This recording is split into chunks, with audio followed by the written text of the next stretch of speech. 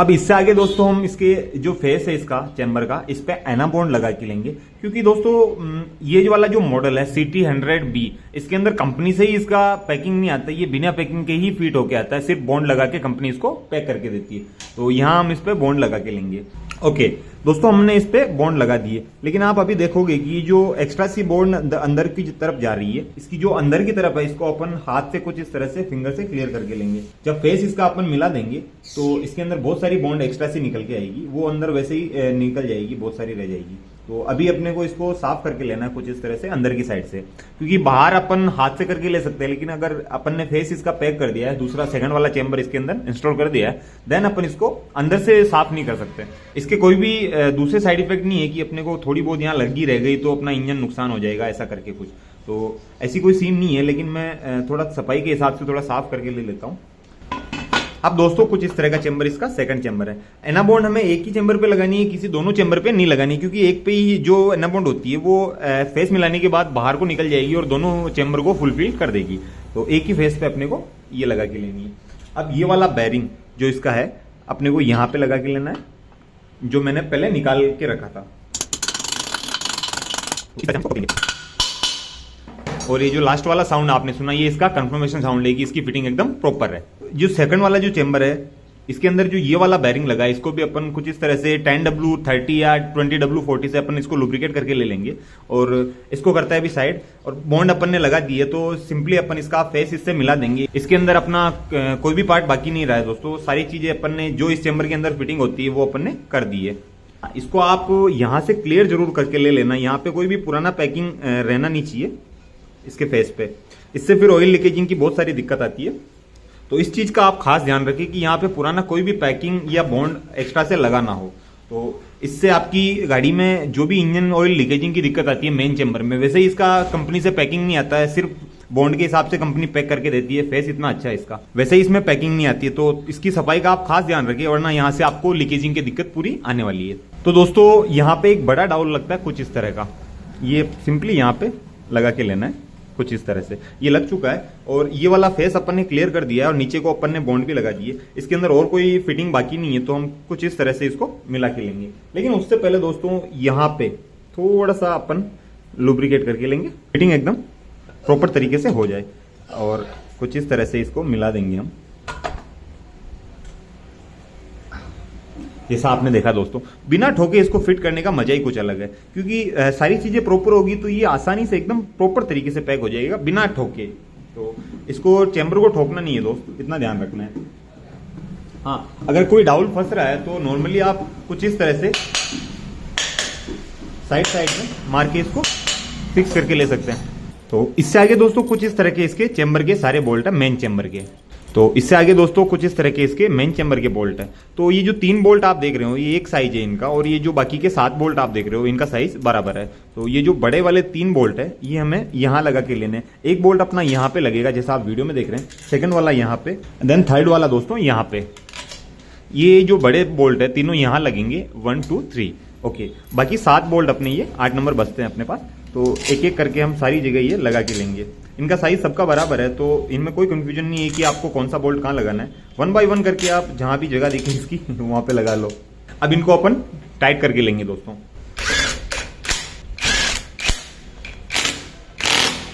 जैसा आपने देखा दोस्तों, मैंने शुरुआत के 2 बोल्ट क्रॉस में टाइट किए, एक ये वाला और एक ये वाला। इससे दोस्तों अपना चेंबर एकदम प्रॉपर तरीके से पैक हो जाता है, जिस तरह से मैंने पैक किया क्रॉस में।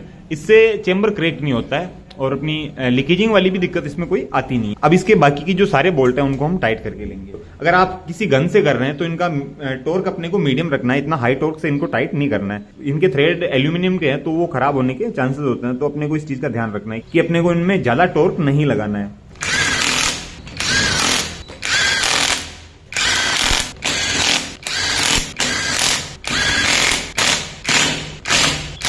अब दोस्तों हमें क्रैंक केस जो है इसको घुमा के चेक करना है कुछ इस तरह से। ये प्रॉपर घूमना चाहिए, ऐसा नहीं कि ये जाम चलना चाहिए। अगर ये जाम चल रहा है देन अपना चेंबर का फिटिंग प्रॉपर नहीं है। इसको हम कुछ इस तरह से आइडेंटिफाई भी कर सकते हैं। देखिए इसमें थोड़ा सा प्ले है कुछ इस तरह से, इतना होना चाहिए इसके अंदर। और जो अपना आउटपुट शाफ्ट है इसके अंदर भी थोड़ा सा प्ले आप देख रहे हैं, ये होना चाहिए। चेंबर को कर देते हैं फिर से अपन क्लच साइड की तरफ।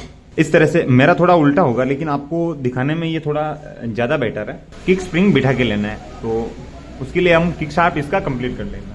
तो दोस्तों ये अपना किक शाफ्ट है, तो इसको कुछ इसके जो गेयर लगे हुए हैं किक रेचिड, इनको थोड़ा सा ऊपर उठा के लेंगे कुछ इस तरह से।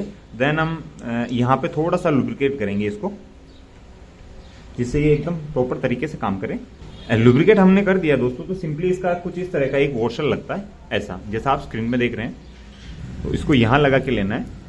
जो ये वाला वॉशर है ये नीचे नहीं गिरना चाहिए दोस्तों। एक फिंगर की मदद से हम कुछ इस तरह से इसको फिक्स करेंगे इसमें। ओके, ये फिक्स हो चुका है। देन हम इसको जो क्लॉकवाइज डायरेक्शन है इसके अंदर इसको पूरा घुमा लेंगे, जितना ये घूमता है उतना इसका घुमा लेंगे हम।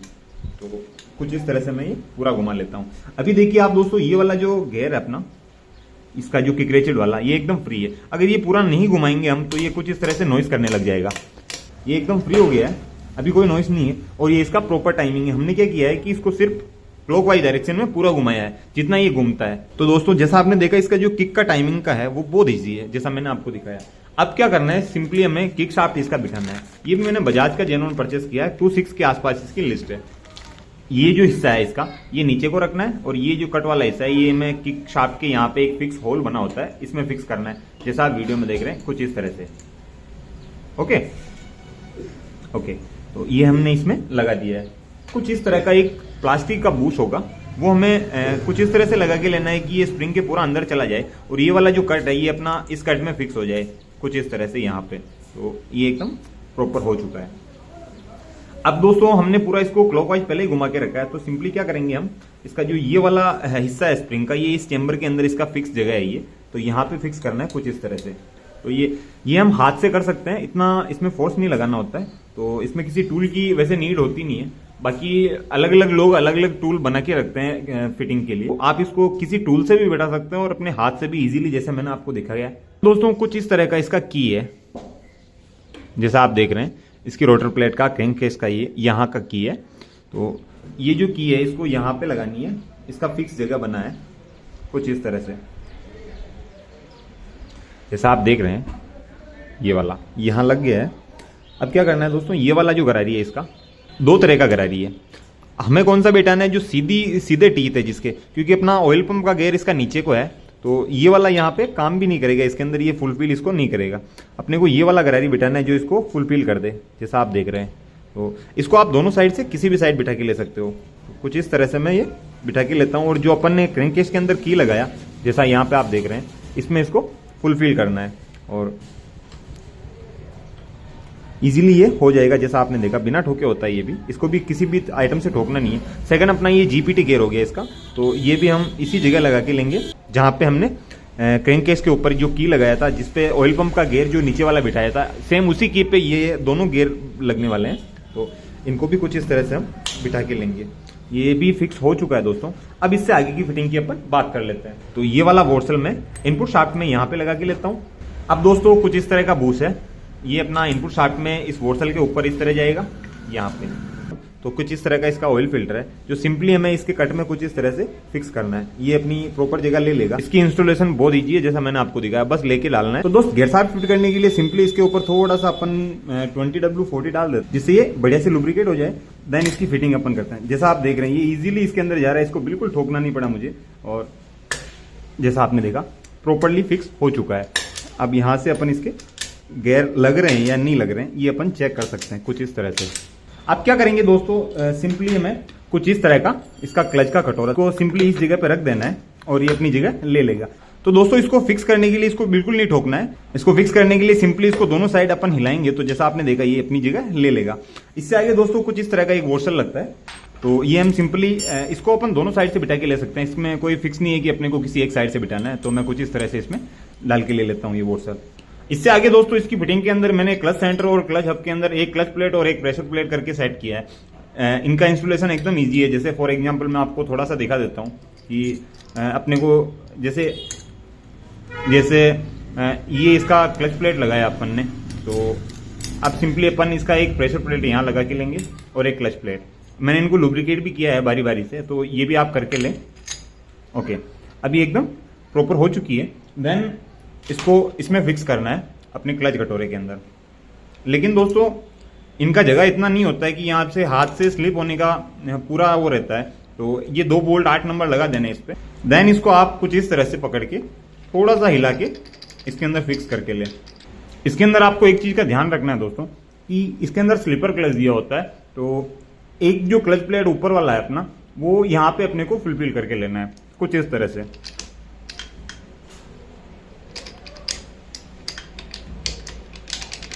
कुछ इस तरह से दोस्तों। तो ये आप अगर यहाँ भी रखे 5 प्लेटों को, फिर भी ये बराबर काम करेगी, लेकिन इसका जो प्रॉपर तरीका है कंपनी का, वो स्लीपर क्लच का ये होता है कि अपने को ऊपर वाला एक प्लेट इसके अंदर फिक्स करके लेना होता है। देन ये दोनों बोल्ट अपन फिर से खोल के लेंगे और इनको करेंगे साइड, क्योंकि अपना काम इनसे सिर्फ अपना को पकड़ के ये फिक्स करना था, जो कि पूरा हो चुका है। अब दोस्तों कुछ इस तरह का 19 नंबर नट है, ये हमें इनपुट शाफ्ट में कुछ इस तरह से यहाँ पे लगा के लेना है और इसको क्लॉकवाइज डायरेक्शन में टाइट करके लेना है। इसको होल्ड करने के लिए कुछ इस तरह का इसका पुलर होता है, स्पेशल टूल होता है इसका। तो इस तरह से यहां लगा के अपन इसको टाइट करके लेते हैं। इससे पहले दोस्तों मैं आपको बता दूं कि इसमें जो मैंने क्लच प्लेट यूज किया है, ये मैंने मैकेनो कंपनी का यूज किया है। आप ये भी अच्छा आता है, अगर आप चाहिए तो ये भी यूज करके ले सकते, अदरवाइज आप बजाज का जेन्युइन भी ले सकते हो। और प्रेशर प्लेट मैंने जो कि बजाज का ही जेन्युइन परचेस किया है। ये अपना जो क्लच लिफ्टर है, क्लच लिफ्टर जो प्लेट है उसके नीचे लगती है, यहाँ पे कुछ इस तरह से इस सेंटर के अंदर लगती है। तो इनको 1 बाय 1 करके अपन यहां लगा के ले लेते हैं। ओके, ये अपन ने लगा दिए दोस्तों। तो कुछ इस तरह का इसका लिफ्टर प्लेट है, क्लच लिफ्टर प्लेट बोलते हैं इसको। तो ये हमें यहां लगा के लेना है कुछ इस तरह से, और इसके 8 नंबर बोल्ट है कुछ इस तरह के। टोटल 6 बोल्ट आते हैं दोस्तों इस तरह के। तो ये मैं कुछ इस तरह से लगा के लेता हूं दोस्तों। इनको आपको 8 नंबर टी से टाइट करके लेना है। अगर आप पे ऐसा कोई गन है जिससे आप टाइट करने वाले हो, तो दोस्तों इसका टॉर्क आपको बिल्कुल लो रखना है, जैसा मैं आपको स्क्रीन पे दिखा रहा हूं कुछ इस तरह से। ये इस पे लो पे रखना है, क्योंकि दोस्तों इसका जो बोल्ट है ये बहुत छोटा बोल्ट है, इसका थ्रेड बिल्कुल बारीक है और ये एल्यूमिनियम में इसके थ्रेड बने हुए हैं। तो अपने को ये ध्यान रखना है कि इसको फुल टॉर्क से टाइट नहीं करना है, क्योंकि ये फेल हो जाएंगे तो फिर अपना क्लच भी काम नहीं करेगा। और टाइट करने से पहले दोस्तों इस प्लेट को कुछ इस तरह से अपने को ऊपर उठा के लेना है और कोई 1-2 बोल्ट टाइट करके लेना है कुछ इस तरह से। और अब दोस्तों इसका जो क्लच लिफ्टर का प्लेट है ये वाला, इसके नीचे जो अपन ने स्प्रिंग लगाई है, इनको क्या करना है कि अगर ये इधर उधर हो तो इनको प्रॉपर तरीके से सेट कर लेना है कुछ इस तरह से। इसको एंटी क्लॉकवाइज और क्लॉकवाइज डायरेक्शन में अपन इसको राउंड करके अपन ये कंफर्म कर सकते हैं कि अपना क्लच एकदम प्रॉपर फिटिंग हुआ है कि नहीं। तो दोस्तों ये बिल्कुल एकदम प्रॉपर फिटिंग हुआ है। अगर ये यहाँ से घूमने लग जाए, कहीं केस को यहाँ से पकड़ लो आप और फिर इसको आगे पीछे करो, अगर ये नहीं हो रहा है तो ये एकदम प्रॉपर है। अगर ये घूम रहा है फिर अपना क्लच एकदम प्रॉपर नहीं हुआ है, इसको तरीके से बिठाना पड़ेगा फिर से इसको खींच के। तो अब मैं इनको टाइट करके लेता हूँ। शुरुआत के 2 बोल्ट आपको क्रॉस में टाइट करना है कुछ इस तरह से।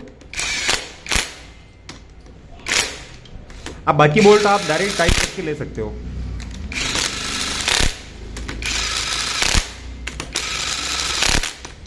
इससे आगे दोस्तों ये जो क्लच लिफ्टर का प्लेट अपन ने लगाया है, इसकी इस वाली जगह पे इस तरह का इसका बेरिंग का हाउसिंग लगेगा। तो इसको सिंपली यहाँ रख देना है, ये अपनी जगह ले लेगा। देन 628 नंबर का कुछ इस तरह का बेरिंग लगता है, ये एकदम गुड कंडीशन है। अगर ये खराब हो तो मैं रिकमेंड करूंगा आपको ये भी रिप्लेस करके ले। तो ये भी अच्छा है, तो ये अपन यूज करके ले सकते हैं, रीयूज करके। इस वाले बेरिंग को दोस्तों क्लच लिफ्टर का बेरिंग बोलते हैं और क्लच का बेरिंग भी बहुत सारे लोग बोलते हैं। अब इससे आगे की फिटिंग में दोस्तों कुछ इस तरह का की होगा, जैसा आप देख रहे हैं कैमरा में कुछ इस तरह का। ये हमें क्रैंकेस के ऊपर यहाँ पे फिक्स करना है। ये वाला जो कट देख रहे हो आप, ये वाला जो कट देख रहे हो दोस्तों, ये हमें इस की पे फिक्स करना है कुछ इस तरह से। जो एक की आप देख रहे हो यहाँ पे, इसमें फिक्स करना है। तो सिंपली अपनी फिंगर से इसको थोड़ा सा पकड़ के ले लेना है और कुछ इस तरह से इसको फिक्स करना है। की का इसके अंदर आते ही इसको आप छोड़ दीजिए, ये ऑटोमेटिकली अपनी जगह ले लेगा कुछ इस तरह से। एक वॉशर लगेगा ये वाला, यहाँ जाएगा ये, और ये वाला नट इसका हम यहाँ लगा के क्लॉकवाइज डायरेक्शन में ही टाइट करके लेंगे। इसके अंदर कोई भी बोल्ट ऐसा नहीं है जो एंटी क्लॉकवाइज डायरेक्शन में टाइट होता हो, सारे बोल्ट क्लॉकवाइज डायरेक्शन में ही टाइट होते हैं। मैंने ये टाइट कर दिया है। अब कुछ इस तरह का पैकिंग होगा दोस्तों, ये सिंपली हमें कुछ इस तरह से यहाँ पे लगा के लेना है। ओके, और इस तरह का जो प्लेट है, जो क्लच का अपना रोटर प्लेट का जो प्लेट है दोस्तों, ये वाला, ये हमें यहाँ पे कुछ इस तरह से फिक्स करके लेना है इजीली है बस। अब क्या करना है कि इसको बिल्कुल इधर उधर नहीं ठोकना है। अपने को क्या करना है कि ये 3 बोल्ट है इसके कुछ इस तरह के 10 नंबर बोल्ट कुछ इस तरह के।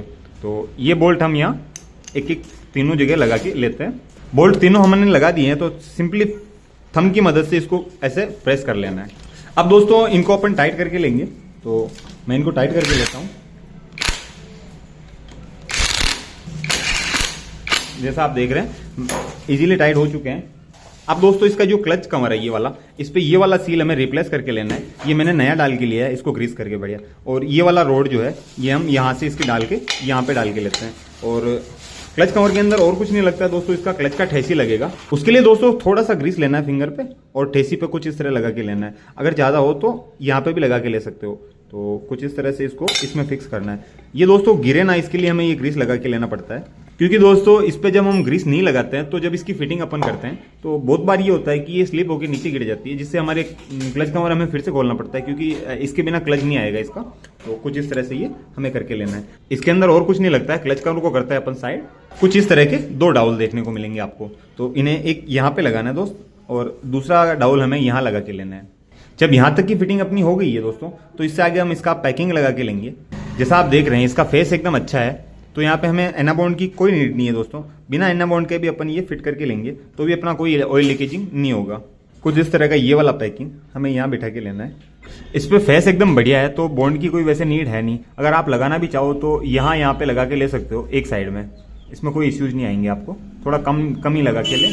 ये वाला जो हिस्सा देख रहे हो आप, जहाँ पे मैं फिंगर से आपको दिखा रहा हूँ, यहाँ पे एनाबॉन्ड बिल्कुल अवॉइड करनी है, क्योंकि ये ऑयल का लाइन है इसका। तो इस पे हमें एनाबॉन्ड बिल्कुल अवॉइड करनी है। अगर इसकी लाइनें चौक हो जाती है तो फिर हमें इंजन दोबारा से खोल के लेना पड़ता है, क्योंकि जो ऑयल सप्लाई अपनी होती है वो बंद हो जाती है। देन फिर बहुत सारा इंजन में अच्छा खासा डैमेज अपने को देखने को मिलता है। और बाकी मैंने आपको दिखाया कि क्लच कवर एकदम अपना कंप्लीट है, तो सिंपली इसको इसके अंदर फुलफिल करना है। लेकिन दोस्तों ये वाला जो ठेसी है, ग्रीस लगा भी दिया है, फिर भी गिरने के अगर चांसेस है तो इसको आप रोड को थोड़ा सा पकड़ के बाहर की तरफ पुल करके रखिए और कुछ इस तरह से इसको लगाइए इसमें। तो इसमें ठेसी गिरने की कोई दिक्कत नहीं आएगी आपको। एकदम प्रॉपरली पैक हो चुका है।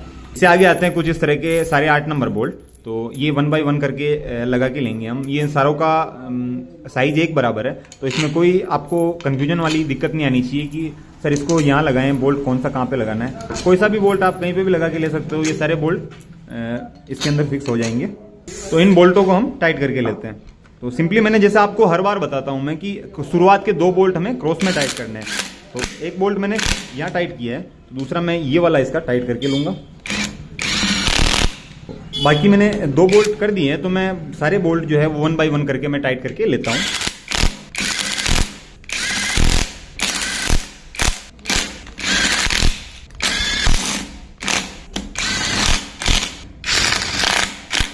फाइनली दोस्तों हमने सारे बोल्ट टाइट कर दिए इसके। अब इसका हम किक शाफ्ट का सील लगा के लेते हैं। तो कुछ इस तरह का सील है। इसके नंबर मैं आपको दिखा देता हूँ, 6041 करके इसका नंबर है सील का। इसको बिठाने से पहले दोस्तों थोड़ा सा इस पे ग्रीस, जो कि अब मैं हर सील पे करता हूँ और आपको भी ये रिकमेंड करता हूँ कि कोई सा भी ऑयल सील बिठाए आप, उस पर थोड़ा सा ग्रीस लगा के ले। इससे इसकी फिटिंग प्रॉपर आ जाती है और लीकेजिंग की कोई भी दिक्कत नहीं होती है। तो कुछ इस तरह से इसको यहाँ पे रख के दोनों थंब से अब हमें पुश करना है नीचे को। ये एकदम प्रॉपर बैठ चुकी है। ग्रीस को हटाना चाहो तो आप कपड़े से कुछ इस तरह से हटा के लो, तो दिखने में थोड़ा सा अच्छा लगे। नहीं भी हटाओ तो कोई इश्यूज नहीं है इसका। तो फाइनली दोस्तों हमने क्लच वाला जो अपना चेंबर है वो फुलफिल कर दिया है इसके अंदर।